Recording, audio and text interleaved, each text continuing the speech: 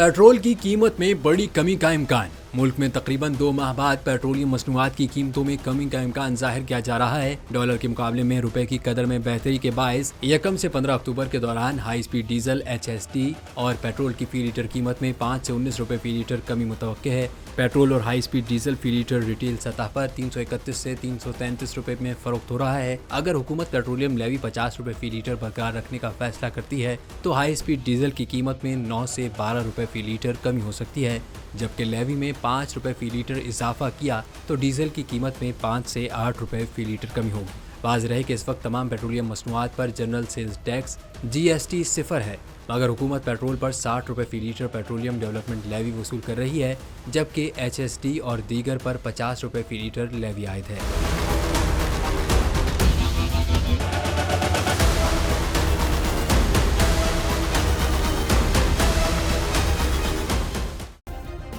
Subscribe करें और bell दबाएं ताकि कोई खबर रह न जाए।